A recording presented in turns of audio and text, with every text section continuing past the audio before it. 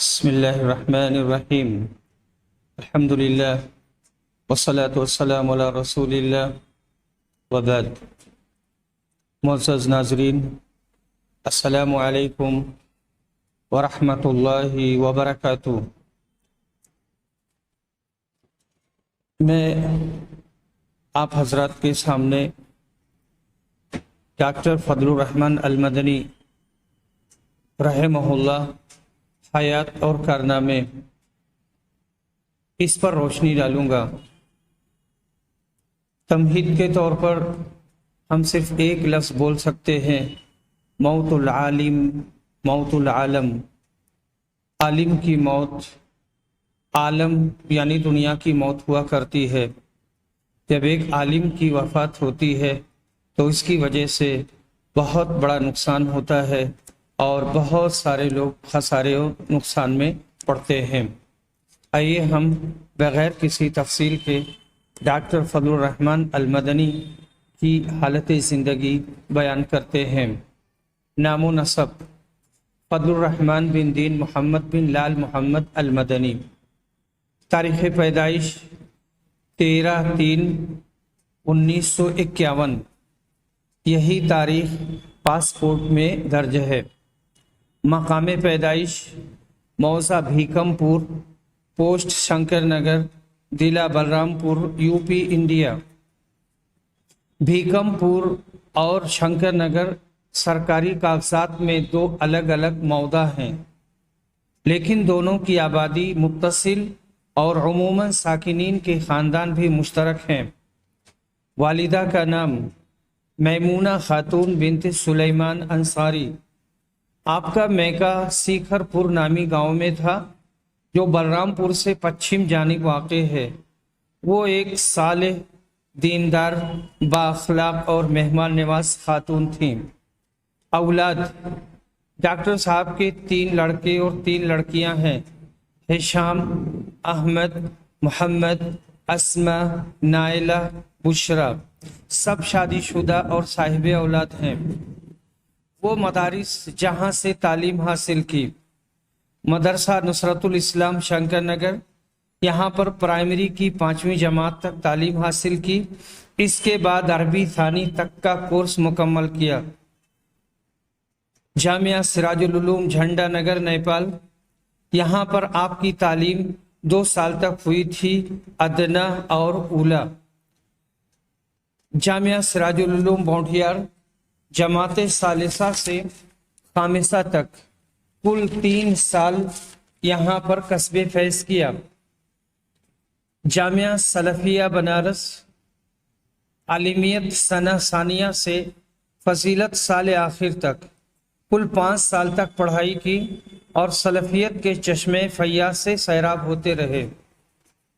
جامعہ اسلامیہ مدینہ منورہ، یہاں پر آپ نے کل 13 سال تک پڑھائی کی اور عالم اسلام کے بڑے بڑے اساتذہ اور دکاترہ سے کسب فیض کیا۔ کلیہ شریعہ 4 سال تک، ماجسٹر اور دکتورا 9 سال تک، دونوں ملا کر کے۔ اساتذہ کرام کی فہرست کافی طویل ہے، ان میں سے بعض کے نام یہ ہیں: میاں عبد الرحیم صاحب ساکن پوروا بھیکم پور، مولانا زین اللہ صاحب طیب پوری، تلمیذ شیخ الحدیث علامہ عبید اللہ رحمانی مبارک پوری، مولانا رئیس احمد ندوی، مولانا محمد عمر صاحب سعیدی گونڈوی، مولانا عبد الوحید صاحب رحمانی، مولانا عابد حسن رحمانی، شیخ عبداللہ الغنیمان، فضیلت الشیخ عبد المحسن العباد، فضیلت الشیخ اکرم ضیاء العمری، فضیلت الشیخ عبد الغفار حسن رحمانی۔ ان کے علاوہ شیخ عبدالعزیز بن عبداللہ بن باز، شیخ محمد ناصر الدین الالبانی، دکتور تقی الدین ہلالی، حماد الانصاری، شیخ عمر فلاتہ کے دروس اور خطبات سے استفادہ کیا۔ علمی شہادات و اسانید: ادیب جامعہ اردو علی گڑھ یو پی، عالمیت جامعہ سلفیہ بنارس یو پی، فضیلت جامعہ سلفیہ بنارس یوپی، لیسانس یعنی بی اے کلیہ شریعہ جامعہ اسلامیہ مدینہ منورہ سعودی عرب، ماجسٹر ایم اے فی الفقہ الاسلامی جامعہ اسلامیہ مدینہ منورہ، دکتورہ پی ایچ ڈی فی الفقہ الاسلامی جامعہ اسلامیہ مدینہ منورہ سعودی عرب، سند اجازہ ابو محمد عبد الواحد بن عبد الوہاب ملتانی محدث دہلوی، اور دوسرا اجازہ شیخ محمد اسرائیل سلفی ندوی۔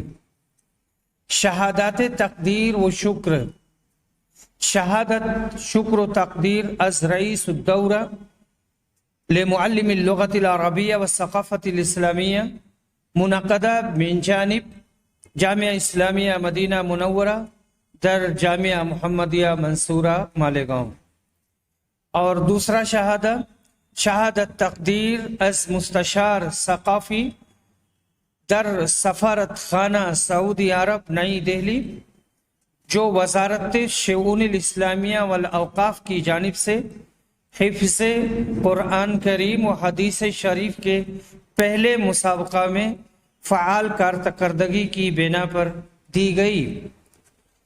شہادت شکر و تقدیر جو سنت نبویہ اور امن عالم کے موضوع پر جامعہ سلفیہ بنارس میں عالمی کانفرنس میں فعال مشارکت کی بنا پر دی گئی۔ علمی اور تربیتی دورات علمیہ جن میں شرکت کی: دورہ تدریبیہ برائے معلمین عربی زبان و ثقافت اسلامیہ من جانب جامعہ اسلامیہ مدینہ منورہ بمقام جامعہ محمدیہ منصورہ مالیگاؤں 1996 عیسوی۔ دورہ علوم شرعیہ والعربیہ، دورۃ العلوم الشرعیہ والعربیہ بمقام جامعۃ الہدایہ جے پور راجستھان من جانب وزارت الشؤون الاسلامیہ سعودی عرب 1997۔ الدورۃ التدریبیہ للدعاة فی الہند من جانب وزارت الشؤون الاسلامیہ 1998 عیسوی۔ ملتقى العلماء والدعاة منعقدہ بمقام مجمع اہل الحدیث نئی دہلی 2011۔ الدورۃ التاہیلیہ لتنمیت مہارات العاملین فی حقل الدعوہ والتربیہ منعقدہ من جانب وزارت الشؤون الاسلامیہ بمقام مجمع اہل الحدیث نئی دہلی 2012۔ ملتقى العلماء والدعاة والمصلحین منعقدہ بمقام مجمع اہل الحدیث نئی دہلی 2013۔ یہ دورات تھے، ان کے علاوہ بھی بہت سارے دورات رہے ہوں گے۔ تدریسی خدمات، ڈاکٹر صاحب نے 3 مدارس میں تدریسی خدمات انجام دی ہے۔ ان کی تفصیل اس طرح ہے: جامعہ محمدیہ نصرت الاسلام شنکر نگر، طالب علمی کے دور میں جب فضیلت اول میں تھا، ان کا اپنا کہنا ہے یہ، تو جامعہ محمدیہ نصرت الاسلام شنکر نگر میں ماہ رمضان میں تدریسی خدمات انجام دیا ہے۔ نمبر 2، دارالعلوم یوسفیہ ناگپور، آپ نے فراغت کے بعد تقریباً 4 ماہ مرکزی جمعیت اہل حدیث دہلی کے دفتر میں کام کیا ہے۔ اس کے بعد ماہ سفر سے 2 شعبان تک دارالعلوم یوسفیہ ناگپور میں تدریسی و دعوتی فرائض انجام دیا اور طلباء کو سنن ترمذی، مشکات المصابیح، الفوز الکبیر، ترجمت معانی القرآن اور منطق وغیرہ پڑھایا ہے۔ نمبر 3، جامعہ محمدیہ منصورہ مالیگاؤں، ڈاکٹر صاحب دکتورا مکمل کرنے کے بعد دسمبر 1988 میں جامعہ محمدیہ منصورہ آ گئے اور وفات تک اسی سے منسلک رہے اور تفسیر، حدیث اور فقہ مقارن کی کتابیں زیر تدریس رہیں۔ ان میں سے کچھ یہ ہیں: بخاری جلد نمبر 1، جلد نمبر 2، احکام القرآن لابن العربی، روائی البیان للصابونی، التفسیر والمفسرون، الحدیث والمحدثون، اصول الافتاء وآدابه، اعلام المؤقعین لابن القیم، المغنی لابن القدامى، المجموع للنووی، المحلى لابن حزم، بدایۃ المجتہد، المجلد الاول، المجلد الثانی، پہلی جلد، دوسری جلد، الروضۃ الندیہ للنواب صدیق حسن خان، الوجیز فی الفقہ السنہ والکتاب العزیز للدکتور عبدالعزیز بدوی، فقہ السنہ للسید السابق، اصول الفقہ للخلاف، تسہیل الوصول الى علم الوصول للشیخ عبد المحسن العباد والشیخ عطیہ سالم، تاریخ التشریع الاسلامی للخضر بک، القواعد والضوابط الفقہیہ، ترجمت معانی القرآن وغیرہ ذالک۔ دعوتی خدمات، ڈاکٹر صاحب نے بڑے پیمانے پر دعوتی خدمات انجام دی ہیں۔ یہ دعوتی و تبلیغی مساعی مختلف انداز کی تھیں۔ آپ کسی میں بھی ماشاءاللہ پیچھے نہیں رہتے تھے۔ جمعہ کا قیام، دروس کا اہتمام، خاص طور سے رمضان میں عصر کے بعد جامعہ محمدیہ میں درس دیا کرتے تھے۔ جب گاؤں پر رہتے تھے تو شنکر نگر کی جامع مسجد میں دروس ہوا کرتے تھے اور درس دیا کرتے تھے۔ ان مقامات کا احسا تو ممکن نہیں ہے جہاں جہاں آپ نے دروس اور خطبات دیے ہیں اور پیش کیے ہیں، پر یہاں بعض کا نام بیان کیا جا رہا ہے۔ جلگاؤں، دھولیا، ناسک، اورنگ آباد، شولاپور، جیتانا، احمد نگر، ممبئی، بنگلور، جامعہ عربیہ رائے درگ، جامعہ محمدیہ بنگلور، دارالعلوم یوسفیہ تلسی باغ، دارالعلوم محمدیہ احباب کالونی ناگپور، جامعۃ التوحید رحیم آباد، آندھرا پردیش، پاکوڑ، بنارس، پونا، بلرامپور، بہرائچ، تلسی پور، بونڈیہار، مالدہ وغیرہ مقامات پر خطبہ دیا، تقریری اور مقالات بھی پیش کیے۔ خطبہ دیا، تقریر کیا، مقالات بھی پیش کیا، جیسے حالات تھے اسی اعتبار سے آپ نے کام کیا۔ صحافتی خدمات، اللہ نے ڈاکٹر فضل الرحمن المدنی رحمہ اللہ کو تحریر اور صحافت کا ستھرا ذوق دیا تھا۔ آپ عربی اور اردو یکساں طور پر شاداب اور شہوار لکھتے تھے۔ ایک عرصہ تک صوت الحق کی مجلس ادارت کے ممبر رہے۔ اپنے مقالات کے علاوہ دوسروں کے مقالے چیک بھی کرتے تھے، اس کی تصحیح کرتے تھے۔ اخبار اسلاف میں آپ کے مضامین اور فتاوی شائع ہوتے تھے۔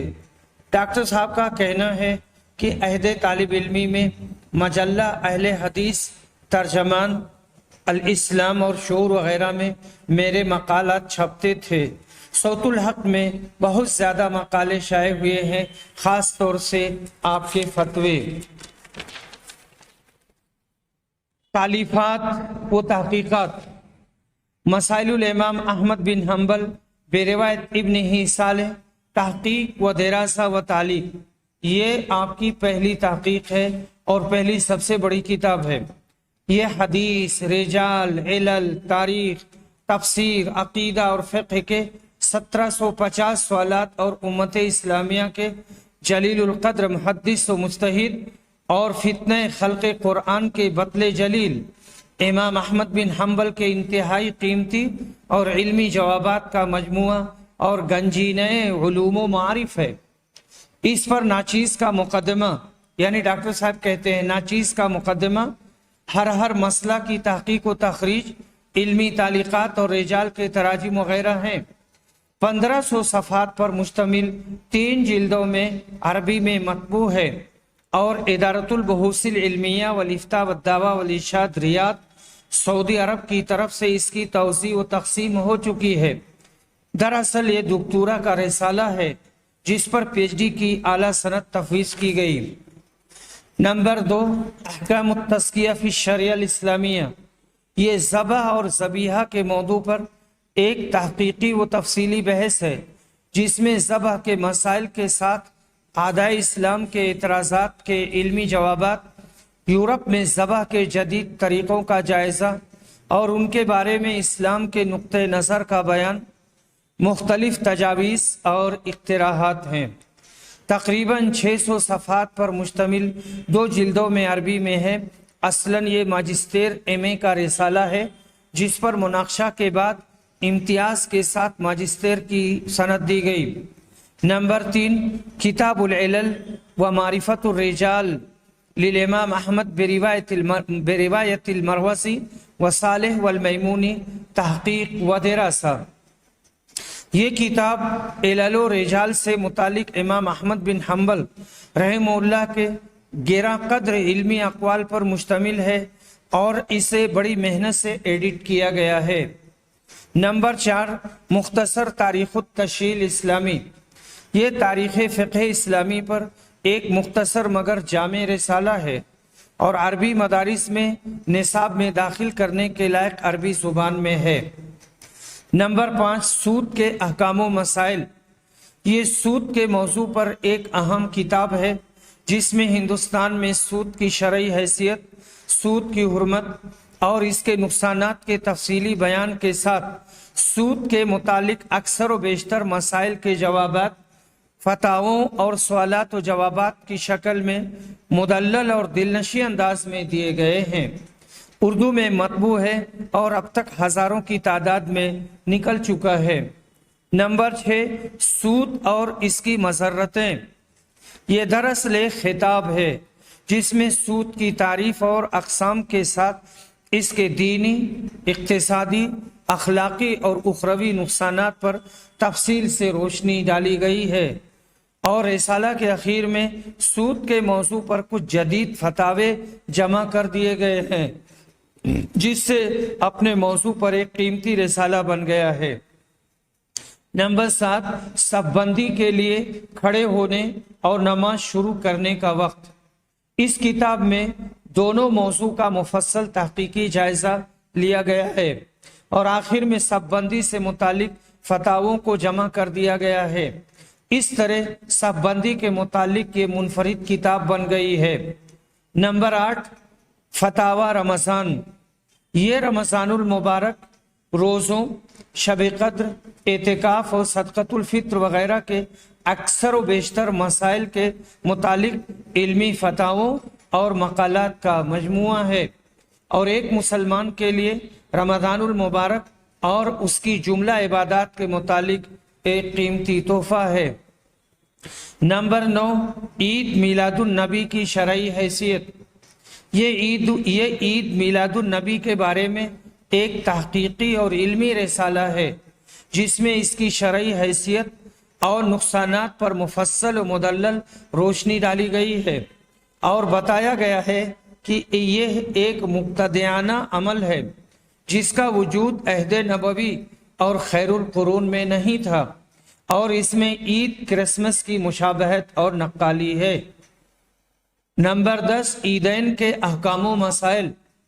اس میں عید الفطر اور عید الاضحیٰ کے احکام و مسائل کا مدلل بیان ہے۔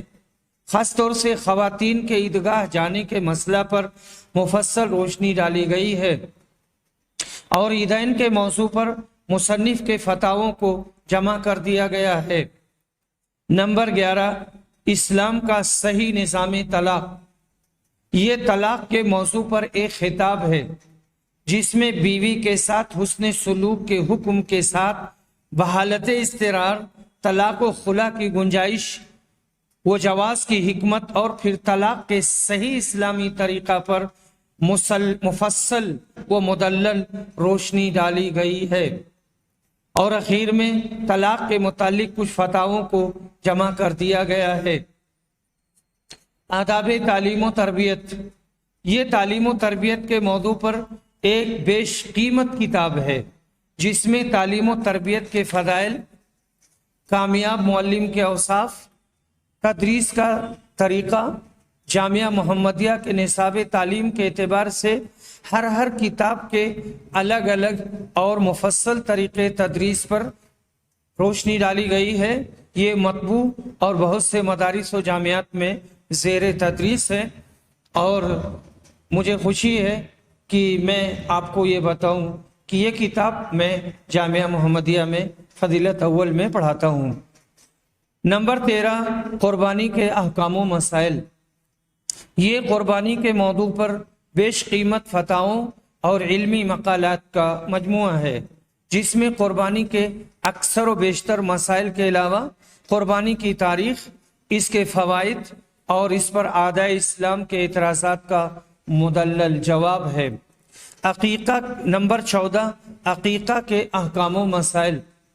اس میں عقیقہ سے متعلق فتاووں کے علاوہ بچے کی ولادت کے 7ویں دن کے دیگر بہت سے مسائل جیسے بال مونڈنے، نام رکھنے، نہلانے وغیرہ کا بیان ہے، اور بہت سی بدعات و غیر شرعی رسوم کی تردید ہے۔ نمبر 15، حقوق الاولاد۔ یہ اولاد کے حقوق سے متعلق ایک مختصر رسالہ ہے، پر بہت جامع اور بے حد مفید ہے۔ نمبر 16، ترجمہ تسہیل الوصول الی فہم الاصول۔ یہ ترجمہ اردو میں ہے۔ نمبر 17، دعوت کے اصول کتاب و سنت اور فہم سلف کی روشنی میں، اور فہم سلف صالح کی روشنی میں۔ یہ معالو شیخ صالح بن عبدالعزیز آل شیخ وزیر الشؤون الاسلامیہ والاوقاف بالمملکۃ العربیہ السعودیہ حفظہ اللہ کے رسالہ تاصیل المنہج الدعوی فی ضوء الکتاب والسنہ وفہم السلف الصالح کا اردو میں ترجمہ ہے۔ کتاب الفضائل نمبر 18، مختلف اعمال و عبادات کے فضائل کے موضوع پر ایک مختصر رسالہ ہے۔ نمبر 19، عالم برزخ۔ یہ برزخ کے موضوع پر ایک مختصر رسالہ ہے۔ نمبر 20، عربی مدارس کا سلفی نصاب اور اس کے احیاء کی ضرورت۔ یہ عربی مدارس کے نصاب تعلیم کے موضوع پر ایک کتابچہ ہے، جسے جامعہ محمدیہ نے فروری 1990 میں اپنے 11ویں تعلیمی و تبلیغی کانفرنس کے موقع پر طبع کر کے تقسیم کیا تھا۔ نعمت المنان مجموع فتاوی فضیلت الدکتور فضل الرحمن، یہ فتاووں کا مجموعہ ہے جس کی یہ پہلی جلد ہے، اور اب اس کی 6 جلدیں آ چکی ہیں۔ نمبر 22، مقالات مدنی۔ یہ مقالات کا مجموعہ ہے۔ نمبر 23، خطبات۔ یہ کچھ خطبات جمعہ کا مجموعہ ہے۔ عہدے اور مناصب۔ جامعہ محمدیہ منصورہ مالیگاؤں میں کلیہ شریعہ للبنین اور کلیہ عائشہ صدیقہ میں تدریس۔ نمبر 2، رئیس قسم الافتاء بالجامعۃ المحمدیہ منصورہ مالیگاؤں۔ نمبر 3، سابق شیخ الجامعہ جامعہ محمدیہ منصورہ مالیگاؤں۔ نمبر 4، عضو مجلس شورا مرکزی جمعیت اہل حدیث ہند، عضو مجلس شورا۔ نمبر 5، عضو مجلس شورا جمعیت اہل حدیث مہاراشٹرا۔ نمبر 6، ممبر اسلامک فقہ اکیڈمی رابطہ عالم اسلامی مکہ مکرمہ۔ نمبر 7، ممبر مسلم پرسنل لا بورڈ انڈیا۔ نمبر 8، سابق رئیس قسم الفقہ جمعیت خريج الجامعات السعودیہ بالہند والنیپال۔ نمبر 9، سابق مشرف الدعات صوبہ مہاراشٹر و گجرات۔ نمبر 10، رئیس جمعیہ خريج الجامعات السعودیہ بالہند۔ نمبر 11، سابق عضو مجلس ادارت مجلس مجلہ صوت الحق جامعہ محمدیہ منصورہ مالیگاؤں۔ نمبر 12، عضو مجلس شورا مجلہ پیام توحید نئی دہلی۔ نمبر 13، عضو مجلس شورا مجلہ ترجمان السنہ رچھا بریلی۔ حالیہ مشغولیات، رئیس مجلس علمی و استاذ و مفتی جامعہ محمدیہ منصورہ مالیگاؤں، اور آپ تو دیکھ ہی رہے ہیں کہ ان کا انتقال ہو چکا ہے، اور اب ہم آپ کے سامنے 2-3 تاثر پیش کریں گے۔ پہلا تاثر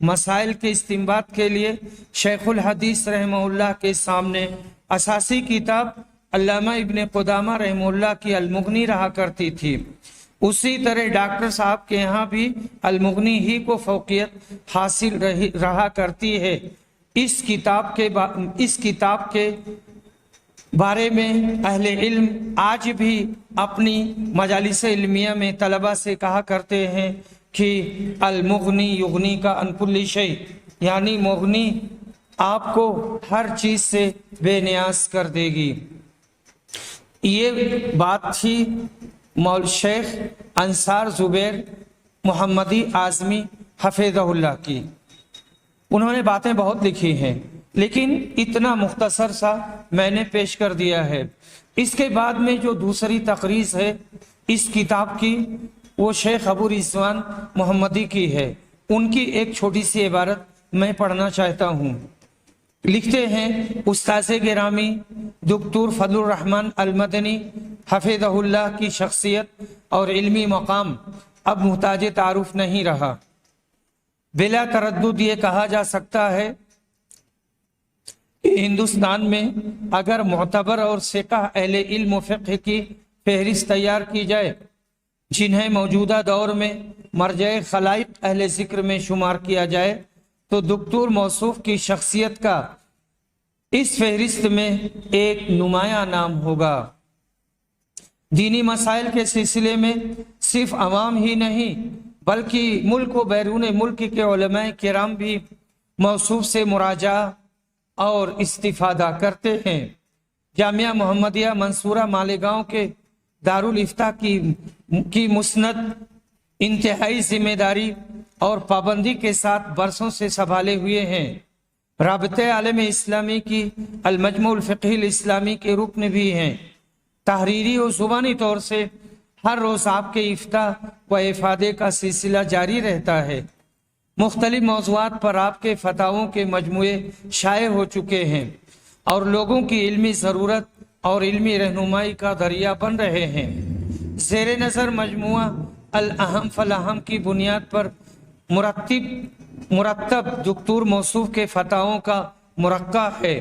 ابتدائی حصہ کتاب العقیدہ سے معنون ہے جو ایک مسلم کی اولین اور بنیادی ضرورت ہے اور ہندوستانی ماحول کا اہم تقاضا۔ پھر سنت و بدعت سے متعلق فتاوے ہیں جو توحید کے لازمی تقاضے کی تکمیل کا ایک اہم جز ہے کہ دین خالص اللہ کے لیے ہے تو اعمال و عبادات میں اس کے پیغمبر کی پوری اتباع ہونی چاہیے۔ قبولیت عمل کے لیے جہاں ایمان و اخلاص لازم ہے وہیں اتباع سنت بھی لازم ہے۔ لہذا مسائل توحید کے تابع یہ باب ہے کہ دین کا منہج عمل اسی شریعت کے مطابق ہونا چاہیے۔ چنانچہ اس مجموعے کا دوسرا جز اسی بنیاد سے عبارت ہے، جبکہ تیسرا جز شہادتین کے بعد اسلام کے دوسرے رکن نماز اور عبادات کی کلید و شرط طہارت سے متعلق ہے۔ یقیناً دینی ذوق والوں اور علمی تشنا لوگوں کے لیے یہ رب منان کی بے بہا اور انمول نعمت ہے اور اس کی توفیق سے اس کا ذریعہ بنے ہیں دکتور فضل الرحمن المدنی حفظہ اللہ۔ لہذا اس علمی مرقع کا اسم بامسمى ہے نعمت المنان مجموع فتاوی فضیلت الدکتور فضل الرحمن۔ ڈاکٹر صاحب سے میرے تعلقات، یہ تھوڑی سی بات رہ گئی ہے، میں اسے پیش کرتا ہوں۔ 1998-1999 میں آپ کی قیادت میں 2 سال تک تدریس کا فریضہ میں نے انجام دیا ہے اور بہت کچھ سیکھنے کا موقع بھی ملا ہے۔ جب ڈاکٹر صاحب موبائل سے فتویٰ دیتے تھے تو میں دھیرے دھیرے چلنے لگتا تھا اور پوری باتیں سن لیتا تھا اور اس سے مجھے کافی فائدہ ہوتا تھا۔ عام طور سے ڈاکٹر صاحب کے پاس بے حساب فون آتے تھے اور غیر مناسب وقت میں بھی لوگ فون کرتے رہتے تھے اور ڈاکٹر صاحب ان کو سمجھاتے بھی تھے کہ مناسب وقت میں فون کیا کرو۔ 2007 میں جب میں دوسرے فترے میں آیا تو اس وقت سے آج تک کافی استفادہ کا موقع ملا. خاص طور سے ڈاکٹر صاحب سے زیادہ قریب ہوا ڈاکٹر صاحب سے زیادہ قریب ہوا. کلیہ عائشہ میں ایک ساتھ بیٹھتے تھے اور بہت سارے مسائل پر گفتگو ہوتی تھی، باتیں ہوتی تھیں، سوال جواب ہوتا تھا، مسئلے مسائل پر بحث ہوتی تھی. چند سالوں قبل بنگال سے ایک صاحب آئے تھے، ان کا نام عبداللطیف ندوی تھا. ان کو اپنے اساتذہ اور معلمات کی تدریسی ٹریننگ کروانی تھی اور انہیں ٹریننگ دینی تھی. ان کے یہاں بچیوں کا مدرسہ تھا اور بچے بھی تھے. تو ڈاکٹر فضل الرحمان صاحب اور میرا انتخاب کیا گیا. ہم لوگ ممبئی کے راستے بذریعہ ہوائی جہاز کلکتہ اور پھر مالدہ گئے. کلکتہ ایئرپورٹ پر ایک صاحب استقبال کے لیے آئے تھے. وہ ہمیں لے کر ایک مسجد میں گئے. کھانا کھانے کے بعد ہم لوگ وہیں پر لیٹ گئے. ہاوڑہ سے ہم لوگ مالدہ گئے، وہاں سے مکیہ بذریعہ جیپ پہنچے. یہ مکیہ اس بستی کا نام ہے جہاں عبداللطیف صاحب رہتے ہیں. قیام عبداللطیف ندوی کے گھر تھا. ہم لوگوں کو تدریب دینے کے لیے استعمال نہیں کیا گیا. یہ ایک افسوسناک پہلو ہے. زیادہ پروگرام بنگالی زبان میں ہوا، پھر بھی ہم نے بھی لیکچر دیا اور ڈاکٹر صاحب نے بھی لیکچر دیا. اور پھر آخر میں ان کے لیے شہادہ شکر و تقدیر بنایا گیا اور اس پر ہم سب نے دستخط کیا.